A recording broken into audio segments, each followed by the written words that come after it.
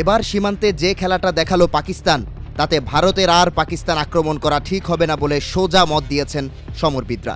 সীমান্তে যেন ঘূর্ণিঝড় তুলে ফেলল পাকিস্তান, ভারতকে যেন বুঝিয়ে দিল, আসো খেলা হবে। এ যেন অন্য এক পাকিস্তান। এ পাকিস্তান যেন এ যাবৎকালের সকল হিসেব কড়ায় গণ্ডায় আদায় করে নিতে প্রস্তুত। পাকিস্তানের আকাশ জুড়ে যুদ্ধ বিমানের গগন বিদারী গর্জন আর ভূমির বুক চিরে শত শত ট্যাঙ্কের অগ্রযাত্রায় পাকিস্তান সেনাবাহিনী দেখিয়ে দিল তারা শুধু প্রতিরক্ষা নয়, প্রতিশোধের জন্য ভয়ঙ্করভাবে প্রস্তুত। বৃহস্পতিবার পাকিস্তানের টিল্লা ফিল্ড ফায়ারিং রেঞ্জে অনুষ্ঠিত হল ইতিহাসের অন্যতম আগ্রাসী সামরিক মহড়া এক্সারসাইজ হ্যামার স্ট্রাইক। এই সামরিক মহড়ায় উপস্থিত ছিলেন স্বয়ং পাকিস্তানের সেনাপ্রধান জেনারেল সৈয়দ আসিম মুনির। মহড়ায় একটি সাঁজোয়া ট্যাঙ্কের ওপর দাঁড়িয়ে ভারতকে উদ্দেশ্য করে স্পষ্ট হুঁশিয়ারি দেন পাক সেনাপ্রধান। বলেন, ভারতের যে কোনো সামরিক দুঃসাহসের দ্রুত, কঠোর ও ধ্বংসাত্মক জবাব দেওয়া হবে।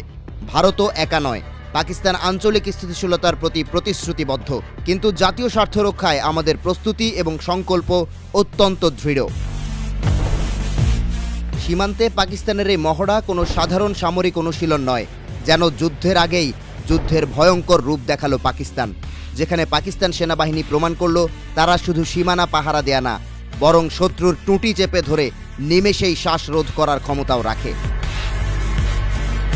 পাকিস্তানের সীমান্তবর্তী এই সামরিক মহড়ায় দেখা যায় আকাশে ছুটে চলেছে একের পর এক মাল্টি রোল ফাইটার জেট, অত্যাধুনিক সব হেলিকপ্টার থেকে ঝরে পড়ছে মিসাইলের ঝাঁজ, ভূমিতে একযোগে তাণ্ডব চালাচ্ছে লং রেঞ্জ আর্টিলারি ও আধুনিক সাঁজোয়া ট্যাঙ্ক, আর পুরো অপারেশন চালিত হচ্ছে উন্নত এআই ও যুদ্ধ প্রযুক্তির সহায়তায়।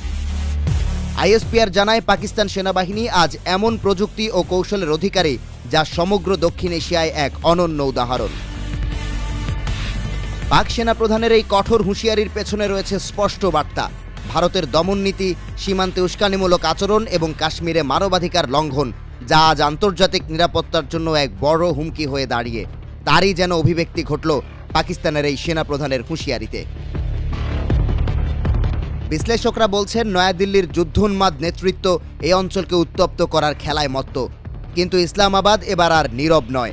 শান্তি চাই, তবে আক্রমণের চেষ্টা হলে বসে থাকা নয়, স্পষ্ট জানিয়ে দিয়েছে পাকিস্তান।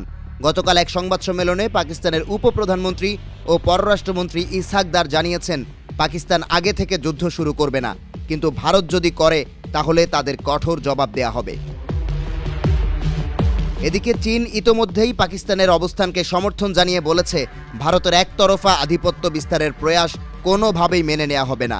সিপিইসি থেকে শুরু করে নিরাপত্তা চুক্তি, চীন এখন কেবল অর্থনৈতিক নয়, কৌশলগতভাবেও পাকিস্তানের বিশ্বস্ত মিত্র।